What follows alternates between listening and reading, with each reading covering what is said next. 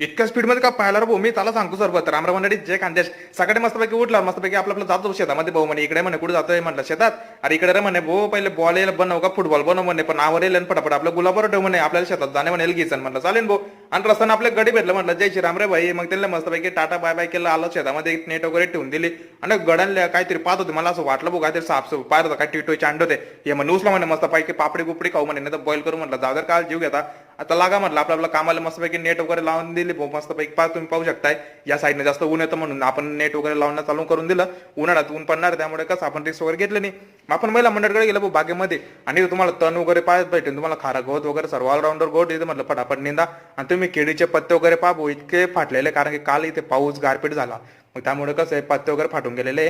बरं काही जास्त काही नुकसान झालेलं नाहीये. तर मित्रांनो तुमच्या भाऊ एवढंच काम होतं आज. तर कसं आहे tata bye bye, follow subscribe करायला विसरू नका. जय श्रीराम, जय खानदेश. भेटू पुढच्या व्हिडिओमध्ये.